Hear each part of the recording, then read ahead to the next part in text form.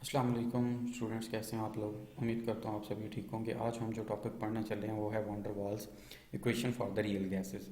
अब real gases कौन सी होती हैं? ऐसी तमाम गैसेस जो आइडियल गैस इक्वेशन को या फिर गैस लॉज को ओबे नहीं करती, उनको हम रियल गैसेस कहते हैं। वॉन डर वाल्स ने इनके लिए एक इक्वेशन जो करेक्शन की थी वो कौन सी थी? जो पुरानी पहले आइडियल गैस इक्वेशन थी, इक्वेशन ऑफ स्टेट भी जिसको हम कहते हैं, वो कौन सी है? P is equal to N और टी। वो रियल गैसेस के लिए एप्लीकेबल नहीं होती है। क्यों नहीं होती है? क्योंकि काइनेटिक मॉलिक्यूलर थ्योरी के दो पोस्टुलेट्स गलत हो गए थे। वो कौन से पोस्टुलेट्स थे? जो पहला पोस्टुलेट था, there is no force of attraction between the gas molecule, बल्कि भाई फोर्सेज ऑफ अट्रैक्शन होती है ना, वो प्रेजेंट होती हैं, ठीक है। और इसके बाद जो दूसरा पोस्टुलेट था कि गैस मॉलिक्यूल्स का जो वॉल्यूम होता है ना, वो नेग्लिजिबली स्मॉल होता है। अगर आप देखें तो ये एक वेसल पड़ी हुई है, ठीक है, और इसके अंदर देखें तो गैस का मॉलिक्यूल जो है ना, वो एक कोने में इकट्ठे हुए हैं। यहाँ पर तो हम किसी हद तक निगलेक्ट कर सकते हैं, लेकिन इस कोने में जब हाई प्रेशर होगा तो गैस के मॉलिक्यूल्स का ये वॉल्यूम निगलेक्ट नहीं किया जा सकता। तो इसको हम कह देते हैं कि भाई ये दो ऐसे पोस्टुलेट्स हैं जिनकी करेक्शन की जरूरत थी।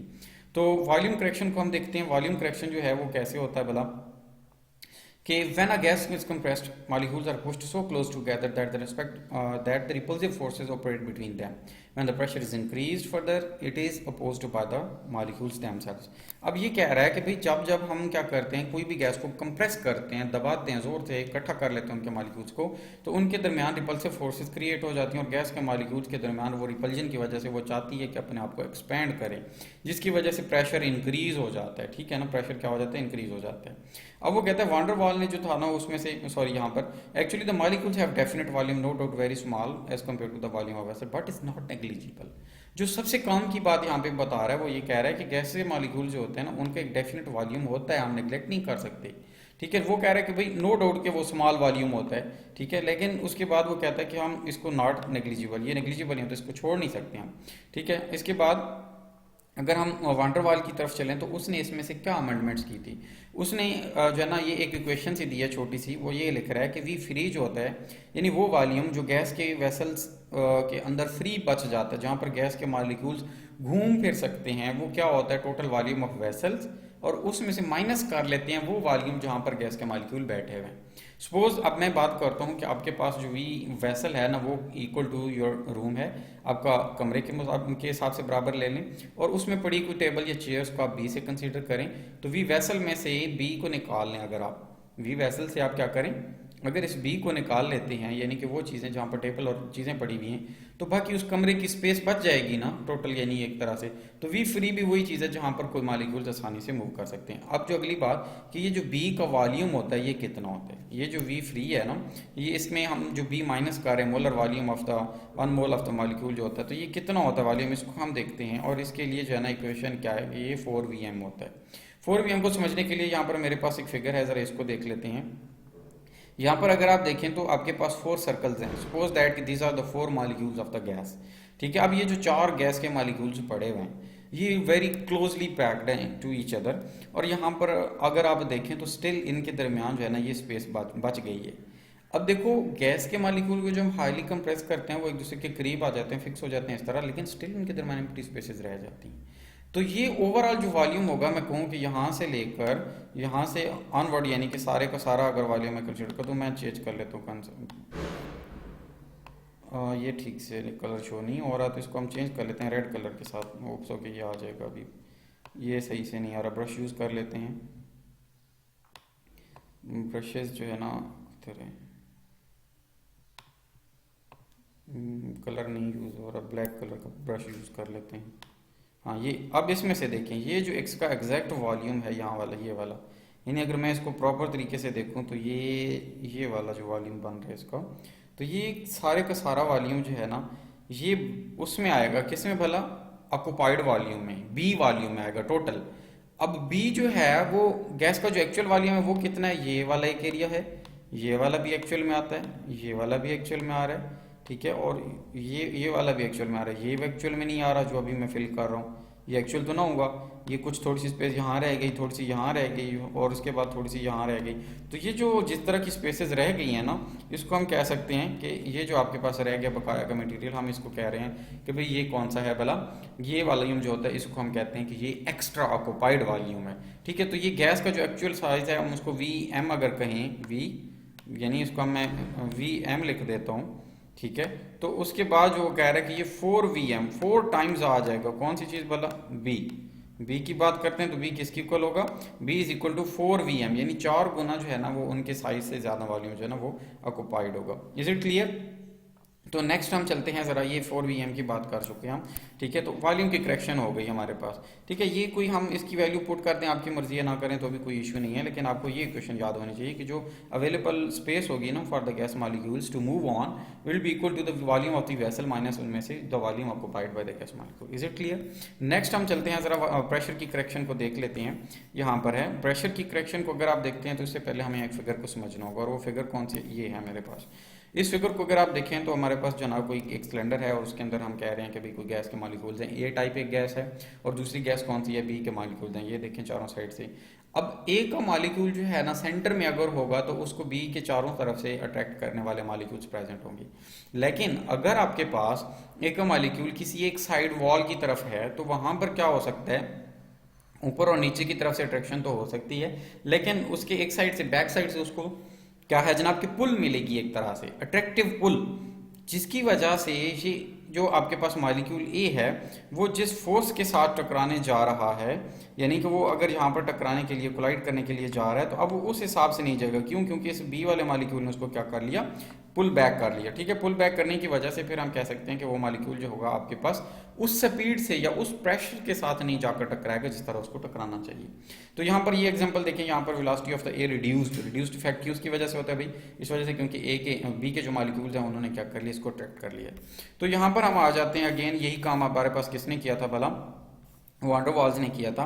सपोज दैट कि ये पी आइडियल जो है वो कौन सा है, ये वो कंडीशन में है, यानी कि प्रेशर आपके पास जब कोई गैस जो होती है ना आपके पास क्या होती है, आइडियल कंडीशन में, यानी कोई मॉलिक्यूल टकराने जा रहा होता है, जब उसको कोई भी चीज़ पीछे से अट्रैक्ट नहीं कर रही होती है ना, ठीक है, तो वो जिस प्रेशर से टकराएगा हम उसको पी आई कह रहे हैं, पी आइडियल है।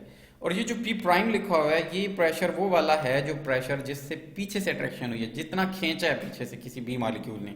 तो अब बी की हम पुल को माइनस कर लें आइडियल में से, तो बाकी वो पुल आ जाएगी जो ऑब्जर्व्ड होगी। ठीक है, यानी ये पी जो है ना वो कौन सा होगा, ऑब्जर्व्ड होगा।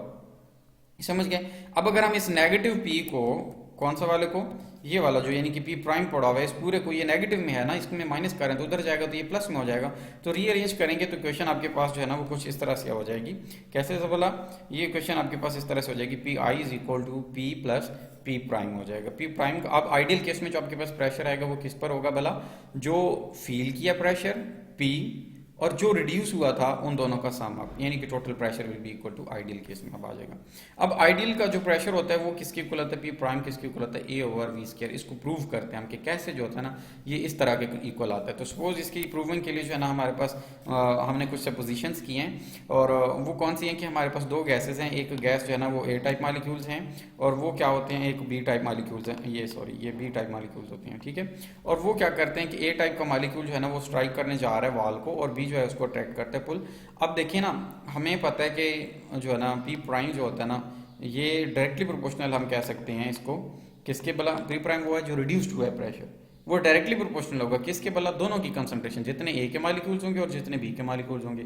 तो लिहाजा इन दोनों की कंसंट्रेशन को प्लस और मल्टीप्लाई कर देते हैं। ठीक है, तो मल्टीप्लाई करने के बाद हम इनकी वैल्यूज पुट कर सकते हैं कि कंसंट्रेशन ऑफ ए जो होता है ना वो कोई भी एक चीज होती है उसकी कंसंट्रेशन किसकी इक्वल होती है, number of moles per unit volume. तो नंबर ऑफ मोल्स की वजह से हम यहाँ इस पर P prime will be directly proportional to N over V हो जाएगा फॉर वन गैस, ठीक है, and N over V for the second gas.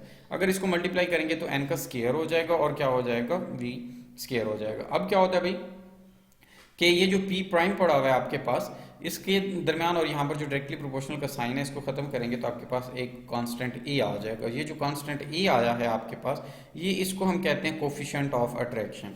ठीक है ना, ये प्रोपोर्शनलिटी कांस्टेंट होता है, n is equal to 1 mole of the gas, तो हम इसको क्या कहेंगे भाई, प्रोपोर्शनलिटी कांस्टेंट। ठीक है। तो अगर 1 मोल होगा तो उसके लिए ए और वी स्क्वायर आ जाएगा। तो यही चीज़ हमारे पास प्रूव हो गई। देन अब जो है ना हम कह सकते हैं कि अब आइडियल प्रेशर के अंदर इक्वेशन ज़रा लास्ट में मैं चलता हूँ, ज़रा इसको क्लैरिफाई कर देते हैं। इसको देखिए आप, तो यहाँ पर इस इक्वेशन के अंदर ये जो पड़ी हुई है इक्वेशन कि पी आइडियल जो है वो किसकी इक्वल है, पी नॉर्मल जो जाके फील करता है, जो जिस प्रेशर से जाके टकरा रहा है, और प्लस कर देंगे उसमें कौन सा वाला, जो वाला प्रेशर जो है वो कम हुआ है। तो ठीक है। तो अब यहाँ पर प्रेशर जो पी प्राइम है इसकी वैल्यू तो आपको पता है। तो फिर हम आगे चलते हैं, यहाँ पर आ जाते हैं, कहाँ पे, यहाँ पे देखें जरा। तो पी प्राइम की वैल्यू ए, ये पी प्राइम की वैल्यू थी, इसको हमने यहाँ पर लगा दिया ए ओवर वी स्क्वायर, और इधर क्या हो जाएगा, प्रेशर पी हो जाएगा। पी आइडियल केस में अब ये हो जाएगा। इसका मतलब अब ये वाला जो प्रेशर हमारे पास आया, कौन से वाला भला, ये पी आइडियल वाला प्रेशर आया। तो ये जो हमारे पास प्रेशर, अब जो ये आइडियल वाला प्रेशर आया है ना, यानी पी प्राइम का तो अलग से आ गया ना, अब ये जो आइडियल का प्रेशर आएगा, ये आइडियल वाला प्रेशर बेसिकली क्या होगा, वो प्रेशर होगा जो हम आइडियल गैस में यूज करते थे। आइडियल गैस की इक्वेशन को आप दोनों को, हम दोनों रिलेशंस को सम अप करते हैं, वॉल्यूम वाले को भी और आइडियल गैस वाले को भी। For 1 mole of a gas pressure को जो हमने करेक्ट किया तो वो आपके पास ये हो जाएगा, और जब वॉल्यूम को करेक्ट किया तो volume will be equal to V minus N B हो जाएगा, यहाँ वाला ये वाला वॉल्यूम हो जाएगा। ठीक है। तो अब ideal gas equation for 1 mole के लिए क्या होता है, P V is equal to N की प्लेस 1 हो जाएगी, और फिर उसके बाद आर टी हो जाएगा। तो P plus A N square A over V square is equal to V minus N B, V minus B, और इधर आर टी हो जाएगा। जब एन नंबर ऑफ मोल्स होंगे तो उसके लिए P plus A N square या N square A over V, और यहाँ पर एन बी हो जाएगा। तो ये आपके पास क्या कहलाती है, वान डर वाल की इक्वेशन कहलाती है, जो फॉर रियल गैसेस थी। अब यूनिट्स ऑफ ए पे आ जाते हैं। हमें पता है कि ए किसकी इक्वल होता है, प्रेशर, ये P prime is equal to A N square over V square होता है। तो यहाँ से ए को रहने देते हैं, वॉल्यूम जो होगा वो उस साइड पर जाएगा तो मल्टीप्लाई हो जाएगा, तो पी प्राइम और वी का स्क्वायर ओवर क्या हो जाएगा, एन का स्क्वायर। तो यहाँ पर प्रेशर के यूनिट्स जो हैं वो कौन से होते हैं, एटमॉस्फेयर होते हैं, और ये क्या हो जाते हैं भाई, आपके पास डीएम क्यूब हो जाता है और उसका स्क्वायर, क्योंकि वॉल्यूम का डीएम क्यूब है और उसका स्क्वायर हो जाएगा। ठीक है। वो मोल के लिए क्या होते हैं, एन मोल का स्क्वायर हो जाएगा, एन का नीचे स्क्वायर है, तो अब मोल ऊपर जाएगा तो इनवर्स में आ जाएगा, और ये 3 2 आर 6, तो यहाँ पर डीएम का 6 हो जाएगा। ठीक है। इसी तरह अगर हम ऐसे यूनिट्स की बात करें तो प्रेशर जो होगा वो instead of decimetre cube Newton पर मीटर स्क्वायर में माना जाएगा। तो वॉल्यूम किस में हम लेंगे फिर उस टाइम पे, मीटर क्यूब के अंदर। अब मीटर की 6 हो जाएगा यहाँ पर पावर, और मीटर 6, और यहाँ पर -2 जो है, इन दोनों का आपस में जब प्लस करेंगे तो प्लस का 4 आ जाएगा, और यहाँ पर न्यूटन ऐसा रहेगा और मोल जो है इन्वर्स हो जाएगा। तो इस तरह हमारे पास ये ए की यूनिट्स हो जाए। इसी तरह यूनिट्स ऑफ बी हम फाइंड आउट करते हैं। अब बी जो होता है ये एक्सक्लूडेड वॉल्यूम है, इनकम्प्रेसिबल होता है, यानी कि वॉल्यूम पर यूनिट मोल, इसको हम कह रहे होते हैं ऑफ द गैस है। हेंस यूनिट ऑफ द, यानी कि बी जो होगा वो हम किस तरह से लेंगे, वॉल्यूम डिवाइडेड पर मोल होगा ना, तो मोल पर डीएम क्यूब, यानी आ जाएगा DM cube into mole inverse, या फिर वॉल्यूम की जगह पर हम क्या लेंगे, मीटर, और मीटर की जगह पर नीचे इसके बाद एन की जगह पर क्या होगा, mole inverse, metre mole inverse, ये जो है ना आपके पास इस तरह से आ जाएगा। स्टूडेंट्स ये था हमारा लेक्चर जो था अबाउट द रियल गैसेस, यानी कि जो वान डर वाल ने इक्वेशन दी थी। ठीक है। और उसके बाद हम जो है ना इसके फर्दर कुछ केस देख लेंगे। मेरे पास एक और यानी कि लेक्चर होगा इससे रिलेटेड, जिसमें हम डिफरेंट केस स्टडी आउट करेंगे कि इसमें क्या होता है जब हम हायर यानी कि इसमें फर्दर इन चीज़ों को मल्टीप्लाई आउट कर देते हैं, यानी कि कुछ डिफरेंट कंडीशंस अप्लाई करते हैं। कब भला, जब आपके पास ये गैस की इक्वेशन जो है ना, ये आपके पास जो पड़े हुए पी को इसके साथ मल्टीप्लाई करेंगे, और ये इसी तरह की 4 डिफरेंट केसेस आ जाते हैं।